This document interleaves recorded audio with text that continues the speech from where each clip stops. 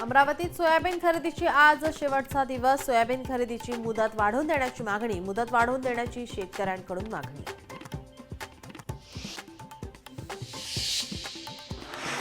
छत्रपती संभाजीनगरमध्ये खुलेआम वाळूची वाहतूक। शहराच्या गर्दीच्या अंतर्गत रस्त्याने वाळू वाहतुकीसाठी विना क्रमांकाच्या वाहनांचा वापर।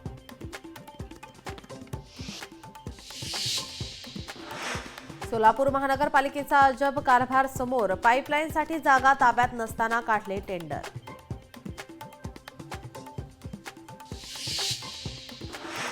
पिंपरी चिंचवडमध्ये जीबीएसच्या रुग्णाचा मृत्यू। पालिकेच्या वायसीएम रुग्णालयात सुरू होते उपचार। पिंपरी चिंचवडमध्ये जीबीएसचे 13 रुग्ण।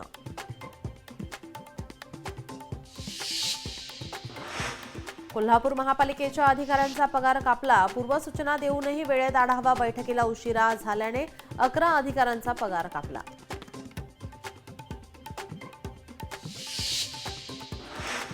धारावी पुनर्विकासाच्या सर्वेक्षणाबाबत कठोर भूमिका। रहिवाशांना सर्वेक्षण सहभागी होण्याचं आवाहन।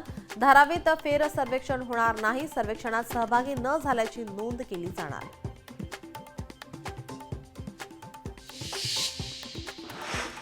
मुंबईची आद्य देवता मुंबादेवीचा 8 फेब्रुवारीला पाटोत्सव। सकाळी सत्यनारायण पूजा आणि महाचंडी यज्ञाचं आयोजन।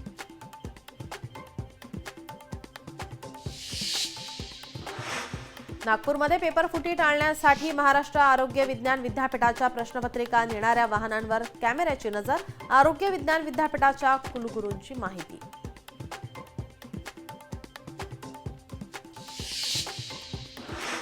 बीड जिल्ह्यात 2 फेब्रुवारीपर्यंत मनाई आदेश। कायदा आणि सुव्यवस्था अबाधित ठेवण्यासाठी निर्णय। बीड जिल्ह्यात परवानगीशिवाय एकत्र येण्यास निर्बंध।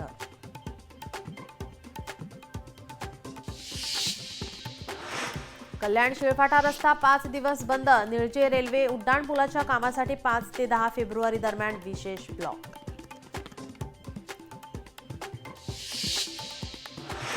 जळगाव जिल्ह्यात केळीवर कुकुंबर मोझॅक व्हायरसचा प्रादुर्भाव। कुकुंबर मोझॅक व्हायरसच्या प्रादुर्भावामुळे केळी उत्पादक शेतकरी चिंतेत।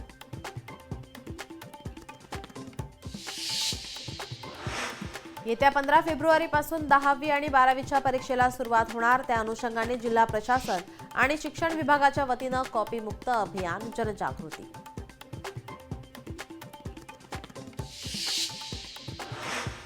संभाजीनगरमध्ये ग्रामसभेत शिवीगाळ करत मारहाण। ग्रामसभेत घोटाळ्याच्या विषयावर चर्चा सुरू असताना मारहाण। आरटीआय कार्यकर्त्यास जीवे मारण्याची धमकी।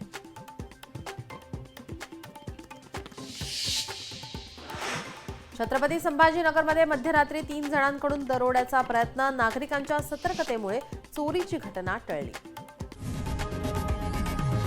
लोकशाही मराठी ऐका, पहा, जागरूक रहा।